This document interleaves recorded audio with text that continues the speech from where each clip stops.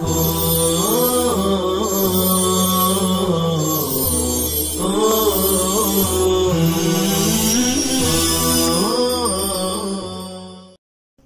الرحمن الرحیم الحمد للہ رب العالمین الحمد للہ حمدا کثیرا طیبا مبارکا فیہ سبحان اللہ وبحمدہ عدد خلقہ ورضا نفسہ وزنۃ عرشہ ومداد کلماتہ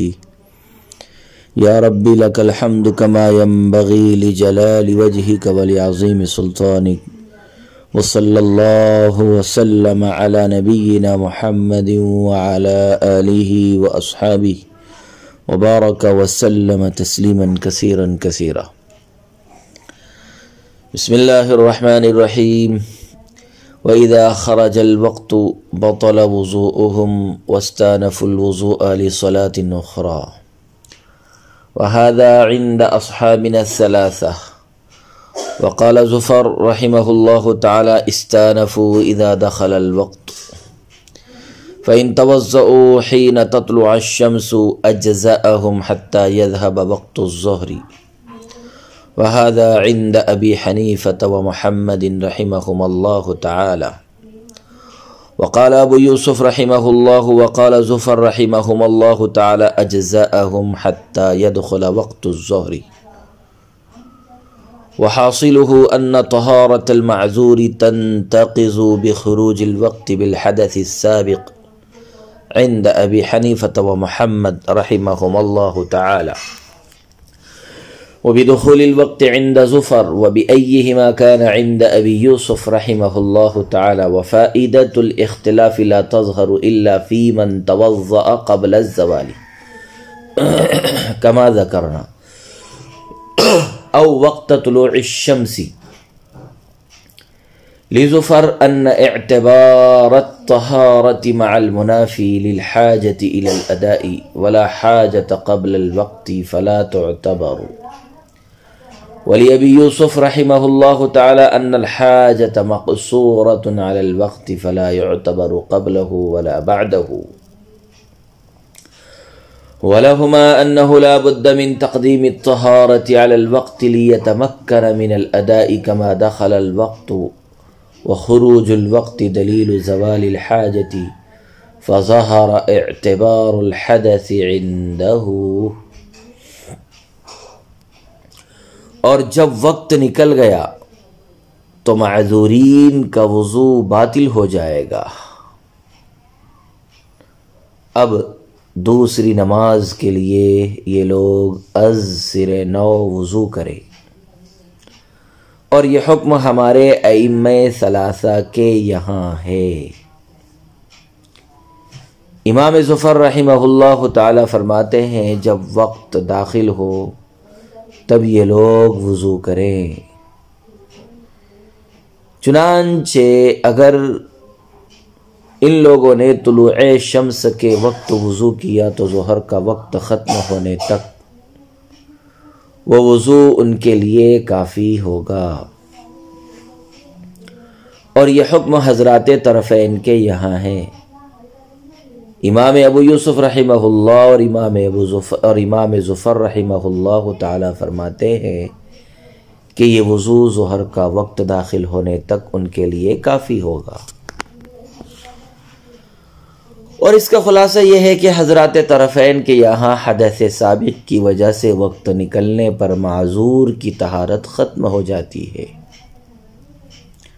اور امام ظفر کے یہاں دخول وقت سے ختم ہوتی ہے، اور امام ابو یوسف کے یہاں دخول اور خروج میں سے ہر ایک سے ختم ہو جاتی ہے۔ اور اس اختلاف کا ثمرہ صرف اس معذور کے حق میں ظاہر ہوگا جس نے زوال سے پہلے وضو کیا ہو، جیسا کہ ہم بیان کر چکے، یا طلوع شمس سے پہلے وضو کیا ہو۔ امام ظفر رحمہ اللہ تعالی کی دلیل یہ ہے کہ منافی طہارت کے باوجود ضرورت ادا کی وجہ سے طہارت کو معتبر مانا گیا ہے، اور وقت سے پہلے کوئی ضرورت نہیں ہے، اس لیے طہارت معتبر نہیں ہوگی۔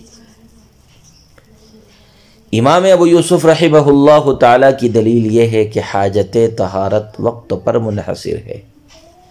لہٰذا نہ تو وقت سے پہلے طہارت معتبر ہوگی اور نہ ہی اس کے بعد۔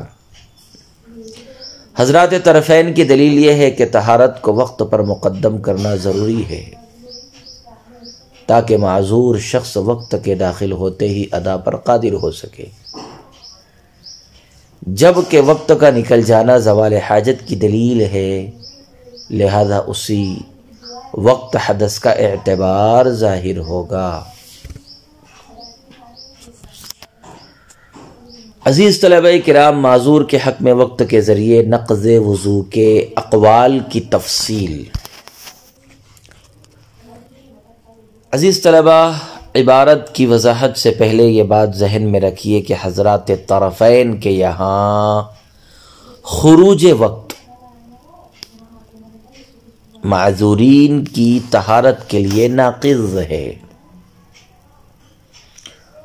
معذورین کی طہارت کے لیے خروج وقت کا نکلنا ناقض ہے۔ حضرات طرفین حضرت امام ابو حنیفہ اور امام محمد رحمہ اللہ تعالی کے نزدیک وقت کا نکلنا ناقض وضو ہے معذورین کے لیے۔ امام ظفر کے یہاں دخول وقت ناقض ہے معذورین کے حق میں، اور امام ابو یوسف رحمہ اللہ تعالی کے نزدیک خروج وقت بھی ناقض ہے اور دخول وقت بھی ناقض ہے، خروج اور دخول دونوں ناقض امام ابو یوسف۔ امام ظفر کے نزدیک صرف دخول، اور امام ابو حنیفہ اور امام محمد کے نزدیک خروج۔ صورت مسئلہ یہ ہے کہ اگر کسی معذور نے ایک نماز کے لیے وضو کیا تھا اور اس نماز کا وقت نکل گیا تو علماء احناف میں سے امام ابو یوسف اور حضرات طرفین کے نزدیک اس کا وضو ٹوٹ گیا۔ ایک معذور نے نماز کے لیے وضو کیا تھا اور اس نماز کا وقت نکل گیا تو علماء احناف میں سے امام ابو یوسف اور حضرات طرفین کے نزدیک وقت کے نکل جانے سے اس کا وضو ٹوٹ گیا اور دوسری نماز کے لیے اسے نیا وضو کرنا ہوگا، کیونکہ ابھی آپ نے پڑھا ہے کہ حضرات طرفین کے یہاں خروج وقت ناقض ہے اور وہ پایا گیا، اس لیے وضو ٹوٹ جائے گا، اور امام ابو یوسف رحمہ اللہ تعالیٰ کے یہاں خروج اور دخول دونوں ناقض ہے، لہذا خروج پایا گیا تو امام ابو یوسف کے نزدیک بھی وضو ٹوٹ جائے گا۔ اس کے برخلاف امام ظفر رحمہ اللہ تعالی چونکہ دخول وقت کو ناقض مانتے ہیں، اس لیے وہ فرماتے ہیں کہ جب دوسری نماز کا وقت داخل ہو جائے تب وہ معذور نیا وضو کرے۔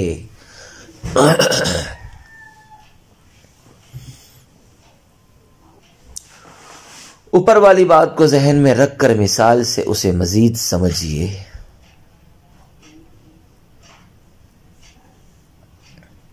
مثلا ایک معذور نے طلوع شمس کے وقت وضو کیا تھا، سورج کے طلوع ہونے کے وقت وضو کیا تو حضرات طرفین کے یہاں جب تک ظہر کا وقت نکل نہیں جائے گا اس وقت تک اس کا وضو باقی رہے گا۔ ایک معذور نے طلوع شمس کے وقت وضو کیا تو حضرات طرفین کے یہاں جب تک ظہر کا وقت نکل نہیں جائے گا اس وقت تک اس کا وضو باقی رہے گا، اور وہ اس وضو سے ظہر کی نماز پڑھ سکتا ہے، کیونکہ ان حضرات کے یہاں خروج وقت ناقض ہے، وَلَمْ يُوجَدِ الْخُرُوجِ الْآن، اور خروج وقت اب تک نہیں پایا گیا ہے۔ امام ابو یوسف اور امام ظفر رحمہ اللہ تعالیٰ کے یہاں اس شخص کا وضو صرف ظہر کا وقت داخل ہونے تک باقی رہے گا، اور جیسے ہی ظہر کا وقت داخل ہوگا اس کا وضو ٹوٹ جائے گا، اور اس کو ظہر کی نماز کے لیے دوسرا وضو کرنا ہوگا، کیونکہ امام ظفر کے یہاں دخول وقت ناقض ہے اور وہ پایا گیا، ظہر کا وقت داخل ہونا پایا گیا زوال کے بعد، اور امام ابو یوسف کے یہاں دخول و خروج دونوں ناقض ہے۔ وقد وجد ہاہنا الدخول۔ ثمرہ اختلاف کے ظہور کی دوسری مثال یہ ہے کہ اگر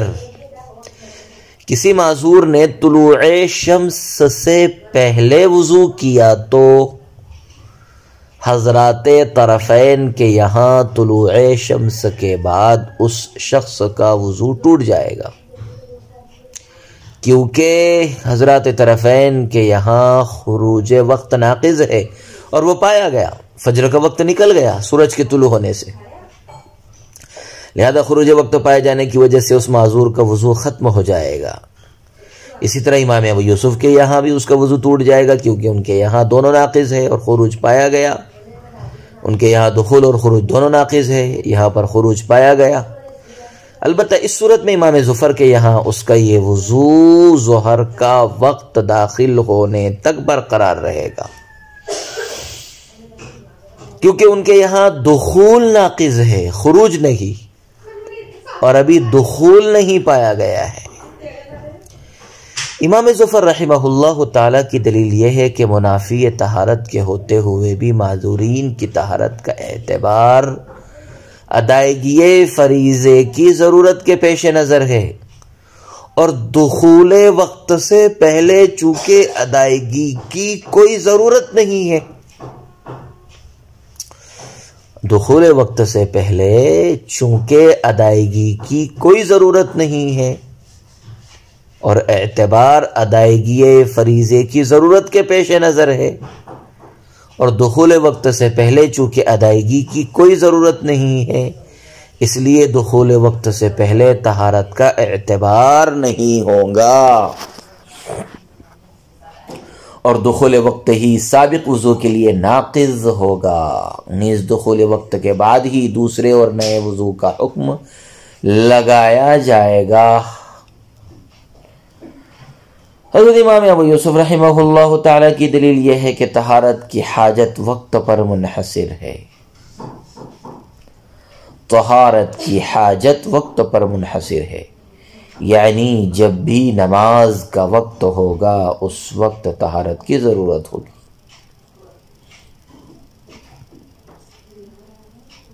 اس لیے نہ تو وقت سے پہلے طہارت کا اعتبار ہوگا اور نہ ہی وقت کے بعد، لہذا دخول وقت بھی ناقض ہوگا اور خروج وقت بھی ناقض طہارت ہوگا۔ حضرات طرفین کی دلیل یہ ہے کہ طہارت کو نماز کے وقت پر مقدم کرنا ضروری ہے، طہارت کو نماز کے وقت پر مقدم کرنا ضروری ہے تاکہ وقت داخل ہوتے ہی معذور شخص نماز ادا کرنے پر قادر ہو جائے، اور یہ تقدیم اس وجہ سے بھی ضروری ہے کہ وقت ادا کے قائم مقام ہے اور طہارت کو ادائیگی نماز پر مقدم کرنا واجب اور ضروری ہے، تو گویا کہ طہارت کو وقت پر مقدم کرنا بھی ضروری ہے، اور جب طہارت کو وقت پر مقدم کرنا ضروری ہے تو دخول وقت کو ناقض طہارت نہیں مان سکتے، اس لیے لا محالہ وقت کو ناقض مانیں گے، اس لیے لا محالہ خروج وقت کو ناقض مانیں گے۔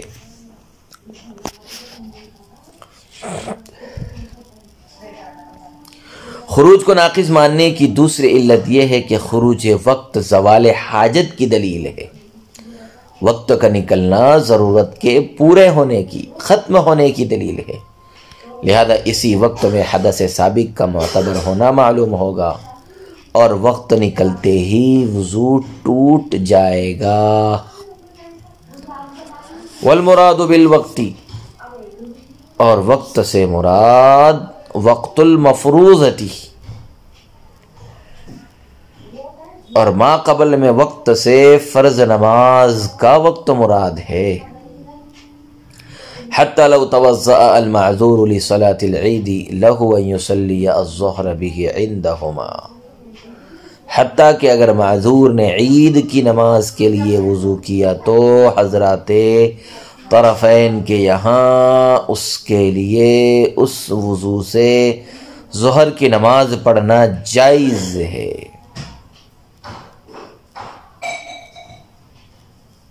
عندہما، حضرات طرفین کے یہاں اس کے لیے اس وضو سے ظہر کی نماز پڑھنا جائز ہے۔ وہو صحیح، اور یہی صحیح ہے، لأنہا بمنزلۃ صلاۃ الضحیٰ، کیونکہ عید کی نماز چاشت کے درجے میں ہے۔ صاحب ہدایہ فرما رہے ہیں کہ اس سے پہلے معذورین کے متعلق جس وقت کے دخول اور خروج سے بحث کی گئی ہے،